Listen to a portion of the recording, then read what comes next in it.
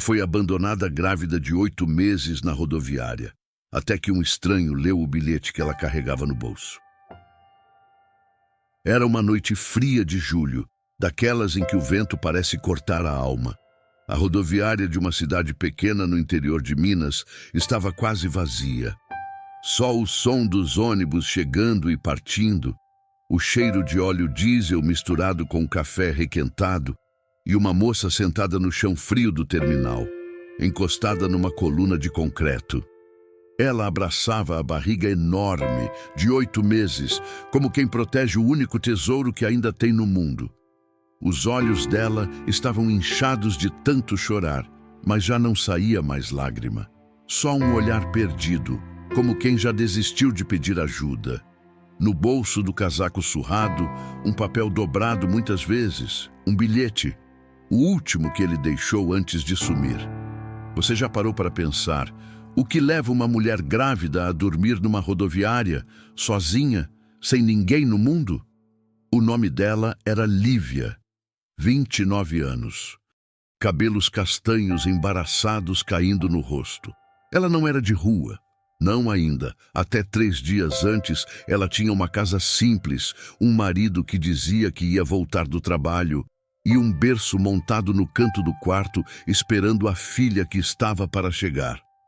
Mas numa terça-feira qualquer, ele arrumou uma mochila enquanto ela dormia, deixou R$ 47 em cima da mesa e sumiu. Sem carta, sem explicação. Só um bilhete curto que ela encontrou dias depois dentro do bolso da jaqueta dele. Desculpa, eu não aguento mais. Cuida da criança sozinha. Lívia passou os primeiros dias ligando para os amigos dele, para a mãe dele, para qualquer número que conseguisse lembrar. Ninguém sabia de nada, ou fingiam que não sabiam. A dona da casa bateu na porta no fim do mês cobrando aluguel. Ela não tinha de onde tirar. Vendeu o fogão, a televisão, até o enxoval que tinha comprado com tanto carinho.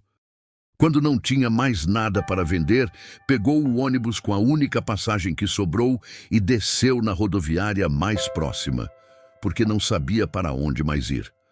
Sentou no chão, abraçou a barriga e começou a rezar baixinho, como quem já não acredita muito, mas tenta uma última vez. Foi aí que ele apareceu. Um homem de uns 50 e poucos anos, barba grisalha mal feita, roupa simples de quem trabalha na obra. Seu Antônio. Ele vinha pegar o ônibus das 5 da manhã para o sítio da irmã no interior. Passou por ela, viu a barriga, viu o olhar e algo apertou no peito. Ele já ia seguir em frente. Afinal, quem não tem problema hoje em dia? Mas o pé não andava. Voltou, parou na frente dela. Moça, você tá bem? Lívia ergueu o rosto lentamente. Os olhos vermelhos encontraram os dele.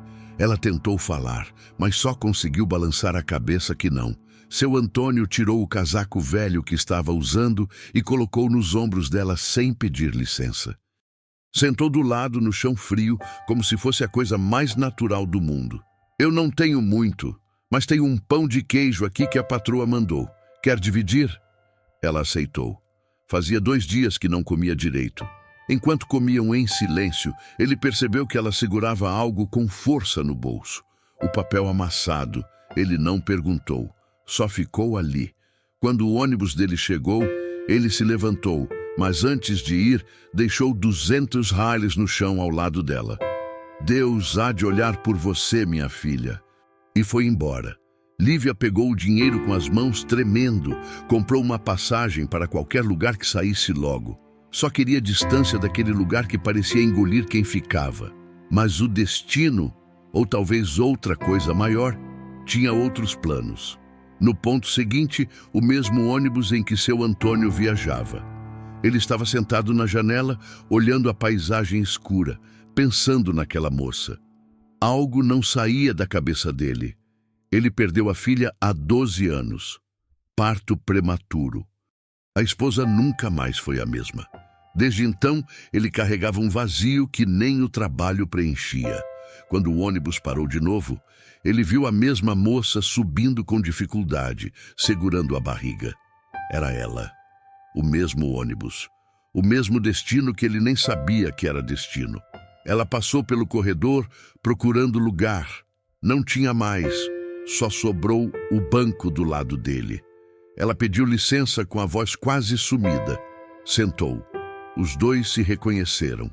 Nenhum dos dois sabia o que dizer. Foram 3 horas de viagem em silêncio. Só o barulho do motor e a barriga dela, que parecia cada vez mais inquieta. Em certo momento, ela começou a chorar baixinho. Seu Antônio tirou do bolso um terço velho, gasto, e colocou na mão dela sem falar nada. Ela segurou firme. De repente, ela soltou um gemido abafado. A mão foi para a barriga. A água escorreu pelo banco. O bebê vinha, ali, no meio da estrada, às 4 da manhã. O motorista parou o ônibus no acostamento. Os passageiros em pânico. Ninguém sabia o que fazer. Seu Antônio foi o único que não perdeu a calma. Ele já tinha ajudado a esposa da vizinha a parir cabrito no sítio. Era o mais próximo de parteira que tinham ali. Respira, minha filha. Respira fundo. Eu tô aqui. Ele mandou todo mundo ficar na frente do ônibus. Improvisou uma cortina com casacos. Pegou a garrafa de água de alguém. Falava com ela como se a conhecesse a vida inteira. Você é forte. Você aguenta. Pensa na sua filha. Ela tá contando com você. Lívia gritava de dor, mas apertava a mão dele com tanta força que as veias saltavam. Entre um grito e outro, ela conseguiu falar. O nome dela vai ser Esperança. Eu prometi para Deus que se ela nascesse bem, ia ser Esperança. E nasceu.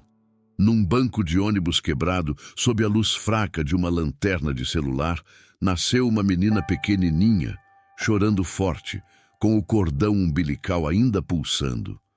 Seu Antônio cortou com o canivete que sempre carregava, embrulhou a criança no próprio casaco e colocou no peito da mãe. Lívia chorava tanto que mal conseguia respirar. Chorava de dor, de alívio, de gratidão, de tudo junto. O ônibus seguiu até o hospital mais próximo. Chegaram de madrugada. Os médicos correram com a mãe e a bebê para dentro. Seu Antônio ficou na sala de espera, sujo de sangue, segurando o terço, rezando como nunca rezou na vida. Horas depois, a enfermeira saiu. Ela está pedindo pelo Senhor. Ele entrou no quarto. Lívia estava na cama, pálida, com a filha no colo. Quando viu ele, abriu o maior sorriso que alguém pode dar depois de quase morrer. Eu não tenho nada para te dar, mas eu queria te pedir uma coisa. Pede. Queria que o senhor fosse o padrinho da esperança. Seu Antônio ficou sem chão. Olhou para aquela criança que ele trouxe ao mundo com as próprias mãos. Olhou para Lívia, que já não era mais uma estranha. As lágrimas vieram grossas, sem vergonha. Eu aceito, com a graça de Deus eu aceito. Os meses seguintes foram difíceis. Lívia saiu do hospital sem ter para onde ir. Seu Antônio não pensou 2 vezes. Levou ela e a bebê para a casa simples dele, de 2 quartos, no fundo do terreno da obra onde trabalhava como pedreiro. A esposa dele tinha falecido anos antes. Os filhos já eram criados. A casa estava silenciosa demais. Agora tinha choro de bebê à noite, tinha cheiro de leite, tinha vida de novo. Ele ajudou Lívia a conseguir um emprego na cantina da escola. Ela estudou à noite, terminou o ensino médio, começou faculdade de letras com bolsa. Esperança cresceu chamando ele de Vô Tonho, e ele nunca mais foi o mesmo homem vazio. Um dia, anos depois, Lívia encontrou o bilhete antigo no meio das coisas velhas, aquele que o ex-marido deixou. Leu de novo e, pela primeira vez, não chorou.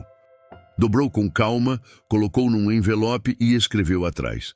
Você disse que eu cuidasse da criança sozinha. Eu cuidei, mas eu nunca estive sozinha. Deus mandou um anjo que usava roupa de pedreiro e carregava um terço no bolso. Obrigada por ter ido embora. Foi o maior presente que você poderia ter me dado. Ela entregou o envelope para seu Antônio no dia do batizado de Esperança. Ele leu em silêncio. Quando terminou, abraçou Lívia tão forte que parecia que nunca mais ia soltar. Às vezes, a gente acha que os anjos têm asas brancas e auréola, mas tem anjo que usa botina surrada, tem calo na mão e para o ônibus da vida para ajudar quem ninguém mais quer ajudar. Se você ainda acha que não existe mais bondade no mundo, lembra dessa história. Lembra que num banco de ônibus, no meio da madrugada, nasceu não só uma criança, nasceu uma família. E se essa história tocou seu coração como tocou o meu, deixa aqui nos comentários. Você acredita que as pessoas certas aparecem exatamente quando mais precisamos? Já viveu algo assim? Compartilhe com quem precisa ouvir que ainda vale a pena acreditar no ser humano. Porque enquanto houver alguém disposto a sentar no chão frio com um estranho, ainda há esperança. Se inscreva no canal, mas só se essa história fez você sentir que o mundo pode ser um lugar mais bonito do que a gente imagina. Te vejo no próximo vídeo.